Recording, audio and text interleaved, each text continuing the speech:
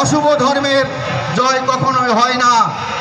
ফলে যে দুষ্ট চক্র কালীগঞ্জ জুড়ে যে চক্রান্ত চালাচ্ছে, সেই চক্রান্ত বেশি দিন চলবে না।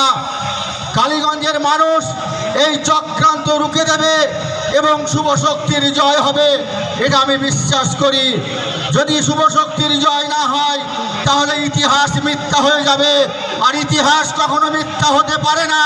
ফলে শুভ শক্তির জয় অবশ্যম্ভাবী। ফলে আপনারা যারা সাধারণ মানুষ, যারা ন্যায়ের পথে চলেন, তারা ন্যায়ের পথ ধরে চলুন।